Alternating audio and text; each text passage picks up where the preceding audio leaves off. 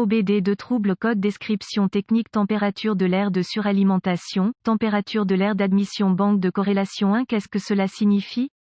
Ce code d'anomalie générique de diagnostic du groupe motopropulseur DTC s'applique généralement à tous les véhicules OBDII, cela peut inclure, mais sans s'y limiter, les véhicules de Nissan, Toyota, Chevrolet, GMC, Ford, Dodge, Vauxhall, etc. Bien que génériques, les étapes de réparation exactes peuvent varier selon la marque, le modèle. Un code enregistré P011C signifie que le module de commande du groupe motopropulseur PCM a détecté une différence dans les signaux de corrélation entre le capteur de température d'air de suralimentation CAT et le capteur de température d'air d'admission IAT. Pour le groupe de moteur numéro 1, la banque 1 fait référence à la banque de moteur qui contient le cylindre numéro 1, comme vous pouvez probablement le voir dans la description du code. Ce code est utilisé uniquement dans les véhicules équipés de dispositifs d'induction d'air forcé et de multiples sources d'entrée d'air d'admission. Les sources d'entrée d'air d'admission sont appelées corps d'étranglement. Les appareils à induction à air forcé comprennent les turbocompresseurs et les compresseurs. Les capteurs CAT sont normalement composés d'une résistance thermique qui dépasse du boîtier sur un piédestal en fil. La résistance est positionnée de manière à ce que l'air ambiant entrant dans l'admission du moteur, après avoir quitté le refroidisseur intermédiaire, parfois appelé refroidisseur de charge d'air, puisse y circuler. Le boîtier est normalement conçu pour se visser ou se boulonner dans un tuyau d'entrée de turbocompresseur. Compresseur, près de l'échangeur. Lorsque la température de l'air de suralimentation augmente, le niveau de résistance dans la résistance CAT diminue,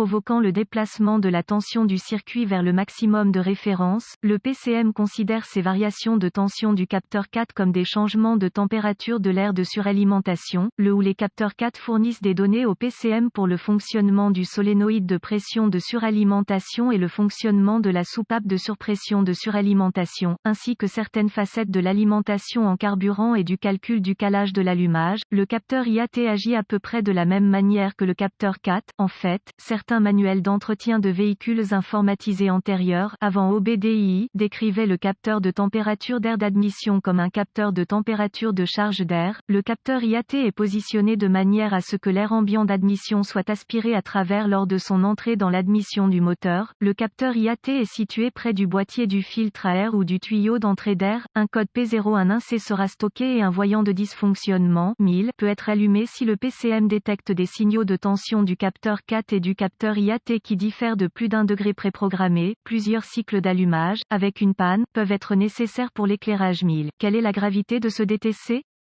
Les performances globales du moteur et le rendement énergétique peuvent être affectés par les conditions qui contribuent au stockage d'un code P011C. Il doit être classé comme sévère. Quels sont certains des symptômes du code?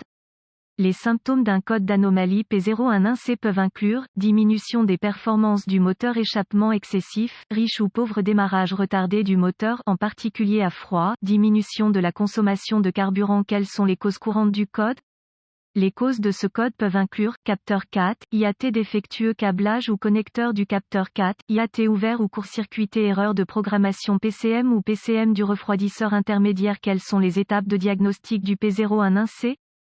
J'aurais accès à un scanner de diagnostic, à un voltomètre numérique DVOM et à une source d'information fiable sur le véhicule avant d'essayer de diagnostiquer un code P011C. Le diagnostic de tout code lié au capteur CAT doit commencer par s'assurer qu'il n'y a pas d'obstruction au débit d'air à travers le refroidisseur intermédiaire. Une inspection visuelle de tous les câbles et connecteurs du système CAT IAT est nécessaire s'il n'y a pas d'obstruction de l'échangeur et que le filtre à air est relativement propre. Effectuer les réparations nécessaires. Ensuite, je connectais le scanner au port de diagnostic du véhicule et récupérais tous les codes stockés et les données d'arrêt sur image. Les données d'arrêt sur image pourraient être mieux décrites comme un instantané des circonstances exactes qui se produisaient au moment du dysfonctionnement qui ont conduit au code stocké P011C.